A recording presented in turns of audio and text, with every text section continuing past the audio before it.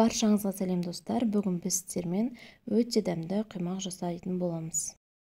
Ол үшін бізге үйдегі қарапайым заттар қажет. Ең алдымен өсімдік майы, қант, үй температурасындағы сүт, жұмыртқа, тұз, қопсытқыш және ұн қажет. Ең алдымен табағымызға осылай жұмыртқаларымызды жарып дайындап аламыз. Менің жағдайымда 6 жұмыртқа қосамын.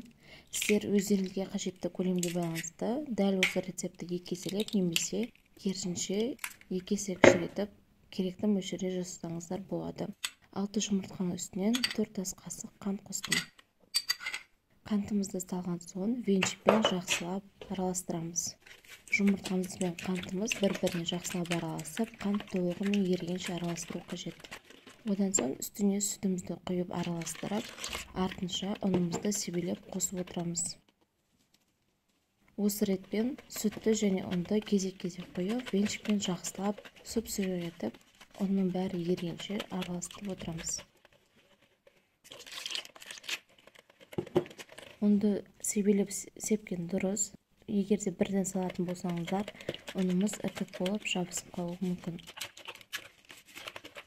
Ұнымызды салып болған соң артынша қопсытқышты салып, венчикпен жақсылап араластыру қажет.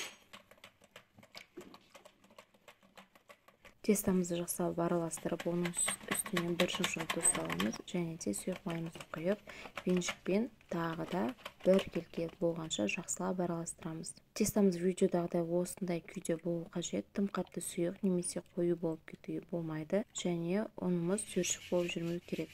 Келесі кезекте табамызды жақсылап қыздырып, оны майлап, үстінен тестамызды осылай ожаумен құйып алып, құймағымызды пісіруге кірісеміз.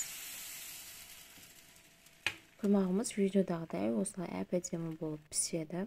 Бірінші бетін пісіріп, міндетті түрде екінші бетіне абайлап аударып алу қажет. Құймақтың салмасына мен құймақтың салмасына сүзбе мен қаймақты және де қантты араластырып, начинка жасап аламын. Оларды жақсылап араластырып, бір келкі болғанша қантын қажетті мөлшерде салып, араластырып дайындап қоямын. Құймағымыз суығаннан кейін құймақтың ішіне осылай ас қасықпен салып, орап аламыз. Қалаларыңызға қарай түрлі салма сала беруге болады. Қаймақты, сгущенканы немесе варенье салсаңыздар да болады. Егер салмасыз қаласаңыз, онда құймағымызды жай ғана осылай үшбұрышты етіп орасаңыздар болады. Біздің өте дәмді құймақтарымыз дайын болды. Міндетті түрде үйлеріңізге жасап көріңіздер. Видеоны лайк басып, комментарий жазуды ұмытпаңыздар. Назарларыңызға рахмет.